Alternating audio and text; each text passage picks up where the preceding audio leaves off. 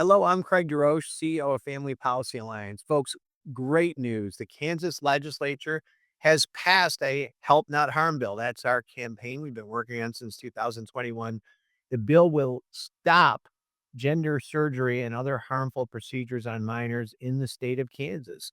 It's a strong pro family victory. It's consistent with the executive order that Donald Trump, the president, just issued. And today we have the honor of speaking with Brittany Jones on the latest about this topic. Brittany is one of my favorite workers in the movement. She serves as the director of policy and engagement for Kansas Family Voice and general counsel for the Kansas Family Foundation. She holds her Juris Doctorate law degree from Regent University School of Law and is licensed to practice law in Kansas and Washington, D.C. Her many media appearances include Good Morning America, ABC, and Australia, of all the places, the Washington Post and the Los Angeles Times. In our time together, you're going to hear how God is working behind the scenes to protect young lives through the organization's efforts there, Kansas Family Voice. Brittany, thank you so much for being with you. It's so good to see you, my friend. Yeah, good to see you. Thank you so much for having me. This is an exciting day in Kansas, and I just really appreciate you uh, being willing to let us share what's going on here. So tell us about Kansas Family Voice. Tell us how you got to this moment. Tell us where you're at and what you're up to today. Yeah, so Kansas Family Voice is one of the members of the family policy, one of the family policy councils, one of 40 across the state, and we work on local policy, on social issues, life, religious freedom, um, sexuality, educational freedom. Uh, we work against vices like pornography and other drug related addictions to really protect families, to promote the growth of families in our state. We are on our third year of trying to pass the Help Not Harm Act in Kansas. The first year we tried, the legislature really wasn't ready. To be honest, we were still working on the Fairness Women's Sports Act at that point, and in that session, we also passed the first Women's Bill of Rights that was passed in the country. But we aren't really ready yet. And of course, the governor vetoed it. We couldn't override the veto then. We weren't even close to overriding the veto at that point. And then last year we came back and everyone understood the bill. They were ready to go. We thought we had the momentum to pass the bill, and we unfortunately had two Republicans that peeled off at the last minute when it came to overriding the veto. Republicans had voted for it in the past. One of those Republicans didn't self-select it out and did not come back after the election this year, and we actually came back to the Kansas legislature with a much stronger supermajority because we have a Democratic governor, and so we have to have a supermajority to override any of her vetoes. And so we are very excited. We had 32 senators in the Senate, including one Democrat who voted for the bill last week. And we had 83 Republicans with four Republicans who will vote for it missing. So that is going to be a very strong number when we come time to override. I think people didn't believe that it was possible that this was actually going on in our country is more likely what was happening. But as people have learned that people actually were experimenting on children, doing taking healthy human beings and giving them chronic diseases for the rest of their life before they're even old enough to smoke a cigarette or join the military or make all these other important adult decisions. Um, it swung radically. It's like an 85-15% issue right now. But, you're there in Kansas, you're at the front lines of this. It's Senate Bill 63, I believe, Senate Bill 6, yeah, in Kansas, and they made it the number 1 priority. Now, legislatures, supermajorities in a divided government, you have a Democratic governor and a Republican legislature, they make it their number 1 priority for a reason. So, why do you feel and how do you feel this went in 4 short years from Kansas, from people saying, "I'll get around to it, Brittany," and Kansas Family Voice to protecting our girls of all people after the Me Too thing, saying it's not that big of a deal for several years before they get around to it. And why are they getting around to it now? And what are you seeing out there? Yeah, this is a conversation that I've been having with a lot of people. Just the huge shift that we've seen on this topic. I mean, I remember 2017 when I first came to work for Family Policy Alliance, we were talking about this bill. We were dreaming about this bill. We were thinking through ways, how do we protect kids? We knew it was happening, and people told us we were crazy. People told us that we were just bigots and that, we didn't actually care about kids and that there was no way this was happening. Um, and over the last 5 years, we know that it is happening. Where you have detransitioners like Chloe Cole or like Prisha who will come and tell their stories and tell what really happened to them and how they've become lifelong patients, because of what was done to them when they were too young to even know what they were giving up. And so those stories are really moving people. Um, I I've got to be in rooms when legislators who were like, "Okay, I'll vote for this issue because the polling tells me I should," but then they hear Chloe's story and they're just weeping at what's happened to her, what's happening to these kids. And then we have hearings where you have parents walking into a governmental hearing and saying they have multiple, not just one, multiple transgender children. I'm sorry, that's a statistical anomaly. That should not be happening. Something else is going on. And so that has really woken legislators up. It's woken up Kansas. You During the election, you would or during the camp, this past political cycle, you would be talking to Kansans and they could not believe that we hadn't done this already. They could not believe this was happening. And in Kansas, I mean, if anyone's watched Kansas over the last decade, we've kind of been we've had a lot of hot button and difficult, social issues fights. I mean, we were one of the first states to pass the Adoption Protection Act in 2018. We barely got a majority to pass that, and we had a Republican governor then. Um, for years, I was told I couldn't, not to bring bills up about the sexuality issues, not to bring the Fairness Women's Sports Act up because it was too politically divisive, and we were going to lose, parts of our state if I brought those bills. And so the only time they would debate those bills was in the middle of the night, so no one saw them. Um, and now they're running it as their number one priority. I'm walking around the building. You've got lobbyists who don't care about this issue at all, saying this is the most important thing we'll do in this entire year. So not only have you seen a shift in uh, the legislators in the mood of the Capitol, but you're seeing that shift. In everyday people. When they go to the grocery store, these legislators are hearing, and when they go to church, these legislators are hearing, we want you to protect kids. So this is not about bigotry. It's not about attacking anyone. It's about protecting children and regulating the practice of medicine. And so I think that is the Lord. It's 100% the Lord. That's the only way to explain it. But it is the Lord at work in people's hearts, and it's the courageous acts of people like Chloe Cole and others, and people and organizations like Family Policy Alliance and other organizations that have consistently stood strong, even when we were being called names and kept telling the truth about what was going on. Well, you have been aware, I know that firsthand, and you're a lawyer, you're a Regent Law graduate, you have a brilliant legal mind. I've experienced that, debated with you about these issues.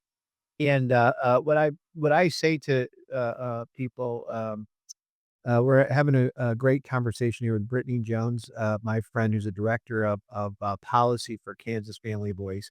Kansas has passed the Help Not Harm, or is passing the Help Not Harm, sending it to a Democratic governor during the same week that President Trump has issued an executive order on Help Not Harm to protect our children. And hospitals are exiting this business as we speak in California, in other states. So there's a lot going on, Brittany, but you've been at the front lines of this as a lawyer and as a civil rights warrior for children to have a childhood, to have the civil rights of not being sexualized before they're 18, to protect them from adults manipulating them in these ways. What is your hope there in Kansas? Is your hope this is on its way to passage in a bipartisan fashion, is what I'm hearing? That's not in doubt. This is going to pass and go to the governor. So it went to the governor last week, and so we're waiting for her to take action on it. As of this recording, she hasn't taken any action on that, but she's vetoed this bill twice before, and we fully expect her to veto it again. She is too much in the pocket of the LGBTQ activist to really take any other action, even though she'll claim that she's for protecting women and all of these things. But it's mainly campaign rhetoric. And when it comes down to it, we expect her to veto it. But we are very confident that our supermajority is even stronger than it has been in the past, and that we will be able to override that veto. So you see an override potentially coming on this. Lord willing, I don't want to count my chicken before they had. You know what? It would be for the legislators, that's for sure. Wouldn't be unusual, or two. You wouldn't be. It wouldn't be unusual. Listen, folks. What is unusual is in America where you have a movement. It's not unusual that we have a movement. We've had a lot of very righteous movements, anti-slavery movement, the suffrage movement, civil rights movement, rise up and overcome opposition. That's what we have here. We have a movement to rise up and protect women's civil rights, children's civil rights. And it's got the same bad actors that have been there through hundreds of years of oppression and opposition in America politically. But here we are this week, and we're expecting the same type of things to happen. But you're hopeful that because of what happened, the 24 election, as Barack Obama said, elections have consequences, that you believe that in Kansas, you might be good and you know what this would make you, Brittany? This would make you, I believe, the 25th or 26th state. So we're getting to a majority with Kansas that are protecting, children. We would be delighted to be the state that sent us over the edge of the majority. But yeah, I mean, when you're looking at, President Trump signing executive orders to protect kids, to end these sorts of procedures. You're looking at a Supreme Court case currently out of Tennessee that should uphold that law. It's one of those moments where you just feel the wind of the Lord at work, and all of the pieces are coming together at just the right time. I was asking even last year, like, why weren't we able to pass this last year? Does this mean we won't be able to protect kids in Kansas? And a year later, we're looking at being in even a better spot than we were a year ago. Folks, I'm so happy. We have Brittany Jones on here, the director of public policy and for the Kansas Family Voice. Help Not Harm, one of the 4 campaigns that you have all supported Family Policy Alliance with, our Help Not Harm, followed our very successful Save Rural Sports campaign. We also have After Row, and we have Let Parents Parent, where we get involved in the stickiest, the hardest of issues. People literally throw things at us. They try to debank us. They try to cancel our insurance, our CRMs. Brittany's laughing because she's been through all these wars with us. Look, I've experienced all of this. And she's a warrior though, and we dust off. We dust off our sandals, we move on to the next town, and we're gonna protect children, and you think that, there's a good chance for bringing this to Kansas. So how can the how can the folks listening today should we be, messaging to the governor of Kansas right now? Letting is Governor Kelly, correct? Yes, Governor Kelly. She's a lame duck governor. She's in her last 2 years. Um, but this is an opportunity for redemption for her. This is an opportunity for the Lord to change her heart. I pray every day for her salvation, not just because it'll give me good policy wins, but because her salvation would save her soul, right? And so, I first of all encourage people to be praying for the governor, praying for the legislators that they will hold strong. We have a precedent in Kansas where the hospital associations have been able to peel off 1 or 2 Republicans at times. We have a larger majority, so it doesn't seem as likely this year. But we need to pray that they will stay faithful. And so I encourage you to visit our website, kansasfamilyvoice.com. We have an action page where you can contact your legislator and the governor about this important bill, as well as several others that we're working on this session that protect kids, protect parental rights, as well as looking at some educational choice options for Kansas. So I encourage people to visit our website or visit us on social media on Instagram or Facebook, and get involved in what we're doing here. But really praying for your legislators, reaching out to them, praying for me as I try to, in our entire organization, as we try to stay faithful in this moment, make wise decisions to really advance the cause of protecting kids in Kansas. Amen, and that's what we're talking about here, Brittany, and we're gonna talk a little bit more nationally now, though, before I let you go, because I wanna hear your as we said, we're getting close to a majority now.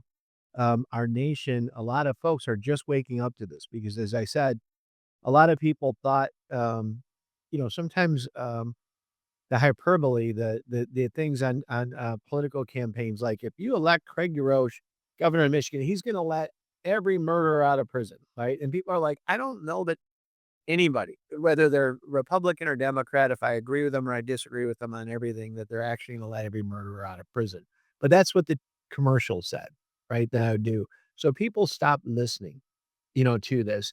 But we actually have a situation where America is awakening to the fact that this deranged group of doctors and pseudo medical service providers that have a penchant of experimentation on these children, kind of a really a baffling, psychotic, to me, a criminal, investigation should be opened on their own, but they postured this as though it was, medical care, Mm. Yep. and they got away with it for a very long period of time. And every statistic has shown that it is not medical care, that the patients do not do better in this, they do worse. I give the analogy, Brittany, you've heard this before, but for our audience, I'm in recovery for addiction to alcohol. Alcohol wasn't my problem, it was my solution, right? So if I was 14 years old and I was in junior high school and I was so afraid I kept alcohol in my locker, I take other drugs too, that, well, what if I want to be a different gender? Right? Or what if I wanna look at pornography? Or what if I wanna have sex with people? It's all the same thing. We come up with solutions that are short of where God would have us do to work through our issues, and that's why we call this, I just wanted to pause, Brittany, why we call this campaign, "Help Not Harm." Folks, these kids are going through something that we all went through, and the manifestation of it in each of us was different, as far as how we solved that. Welcome to this really fallen, this difficult, this really scary world, and how we solve our problems. And what the adults are doing here is they're taking a kid, a vulnerable kid, that doesn't have any defenses built up mentally, spiritually, emotionally. Their parents are not doing the right thing in protecting them, and they are picking on the weak. That's my opinion, Brittany. Yeah. It's like going to a prisoner and trying to, like, sell them on a real estate deal. What are they gonna say? You're a kid, right? It's this horrible carnage that's taken place over these last years, and you get to see that, and I get to see that as a lawyer, but, uh, um, what is your hope that in the national conversation with, Kansas can play with President Trump making this now a declaration nationally? And hospitals nationally starting to change their posture quickly, and Kansas doing it in a state. Is that the right place? First question. We can't really do this federally, because it's local healthcare. So I want your opinion on how important Kansas is to be doing this week rather than waiting for the federal government to do it. And second, do you think that it's important that Kansas could play a role actually in consolidation of this, bringing unity in our country around protecting children right now, or do you think it's going to push us further into our corners? Yeah. Okay, a couple things. That's a multi-layered question. Yeah, which is it's a great question.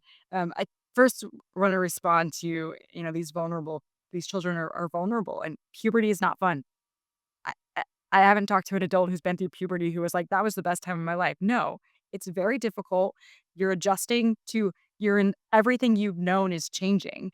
The way you viewed yourself is changing. You're having all these new thoughts and feelings and all of these things. It's not fun. And so, yeah, you're taking a child that's in a vulnerable position and they don't have parents who are in a position to stand up to those medical providers. You've got adults who are really pressuring these kids. Some of them believe that they're actually helping the kids. It's a false belief. They've deluded themselves into that. But a lot of them are just taking advantage of children. And in Kansas, we were able to hear the testimony of Jamie Reed, who is the whistleblower from the St. Louis clinic. And she talked about this very specifically and in how they're specifically targeting actually LGBT or LGB kids. Um, and it was a very powerful statement. And actually, it's gone viral. So if anyone would like to see that statement, it's all over Twitter. But these are vulnerable kids who majority of them will grow out of it. They will grow um, into it like most of us did. We will grow to accept our bodies. We will grow to accept the natural maturing of our bodies and of our minds. And so we need to help children through that process. And so that's been a big push for us as we've talked about this. This is really about providing these children a place to grow and a place to really understand who they are as unique individuals, rather than telling them that they need to chop out healthy body parts or castrate themselves. So um, that's one note. Now onto the other note about Yeah, the other note is do you think because there does seem to be why some why the state. conciliatory, like Pete Buttigieg, AOC have taken off their pronouns off of their Twitter this last week or 2. Is there a chance that this could be something that people start reconciling on the truth actually being the truth, or is that too much to ask for out of Kansas right now? It might take us some weeks. I I think we're still. I mean, you're listening to how the Democrats have talked about it. They're not ready to lay down the transgender ideology. They're still very much. We have a couple LGBTQ, whatever, however they identify themselves, legislators, and so they're not ready to lay down that mantle. I can't. They're. I think that potentially the national Democrats are getting on board faster, or recognizing where things are faster. Um, and that's why I think it's so important, and we've lived this during the Biden administration. We thought we had some protections under the Trump administration, the first Trump administration, that then the Biden administration came and just wiped out, in areas like girls' sports and that sort of thing. And so I'm a big proponent that states need, even if the federal government's going to pass a law or pass an executive order, or an executive order is going to be signed or something, the states need to do a belts and suspenders to make sure that we don't have another Biden Title IX rule where schools are hiding files from parents and transing kids in school without their parents' knowledge. And so, that's why we're working on bills like the Given Name Act and Help Not Harm, because you need all of those layers of protection, because we're not guaranteed to have a Republican president in 4 years. And so we need to take this opportunity to protect kids in Kansas. And I welcome anyone from either side of the aisle to join us in protecting kids. I think this is a nonpartisan issue. I think that if you look at polling, if you talk to people in Kansas, I know of transgender individuals who are voting for Republicans in Kansas because they recognize that this has gone too far. And I'm pray for the day that other legislators in this building recognize that. We already have one that crossed the aisle and voted with us in the first vote, but we're praying for more. Well, let's hope that we get there. The truth is the truth, regardless of what people are trying to persuade us of otherwise. We are who we are. We need to accept the things that our limitations as human beings, for the good of our own freedom and our peace internally, and how we can live that externally. And this is just the culmination of a whole bunch of important things, down in Kansas in a very important week, Brittany, and it's such a privilege to be able to reach out to you right there in the middle of quite literally in the middle of all this and say, "What's going on?" And so, folks, we're gonna win. We've had a wonderful, wonderful beginning in this new year where we're protecting children everywhere. Brittany, I want you to know that people are complaining that their appointments are being canceled in many states right now because of Donald Trump's executive order. And with the passage of this in Kansas, they will fully dismantle these facilities in Kansas, and we'll have one additional state that is going to protect children from this evil that's been prowling through a feeder system, if you will, that has been using and leveraging an entire political party, our educational system, our academic books, math and history books of all things, as their pamphlets to recruit people into their lives, and it's hurt a lot of kids, thousands of kids in America, Brittany, and that's why we continue to focus on this. I know that you've been a pioneer working on this issue for several years. I congratulate you on your victory. Folks, if you have been awakened to this issue already, we need your help. Folks, we're getting there. We're getting to about halfway in our country of the work we need to do to begin, not to end, to begin the policies that we need at the state level. But we have to do this at the local level. We have to do this at the federal level. We have to do this in health codes. We have to do this in justice codes. We have to do this in parenting codes. We have to do this all over the place. The evil one is a busybody. He works everywhere. But we have competent people like Brittany, more than 400 full-time employees at the 40 state organizations that we call family policy councils. And with your help, we create these campaigns that are protecting children in nearly half our country now from these crazy radical surgeries. And we're trying to help you. Just to give you a couple words, Brittany, before people leave, I'll try to remind people right now. They say, well, wait a second. You support parents' rights, Brittany. Why would you support a parent doing this? Well, I don't. So, I wouldn't tell a parent that it's a good idea. I wouldn't support their right to buy alcohol for their high school friends because it might make them more popular. I wouldn't support a parent giving their kid anabolic steroids so they could make the varsity football team.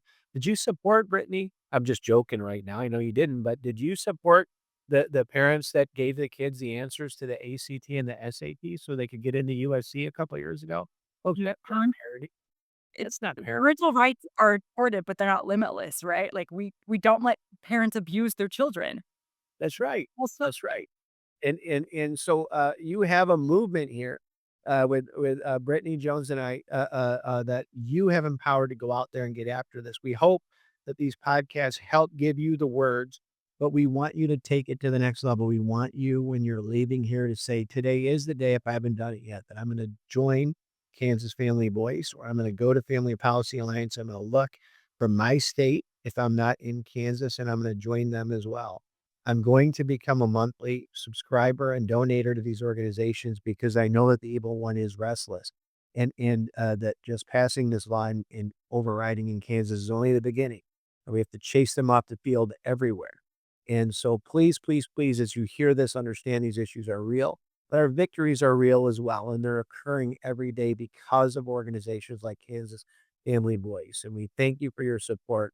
And we encourage you to join us as we mobilize another million voters this year, and take the field with even more elections so we don't have to override governor's vetoes, Brittany. We can just pass these things everywhere we go. And thank you for being with us today, Brittany. We'll talk to you again real soon.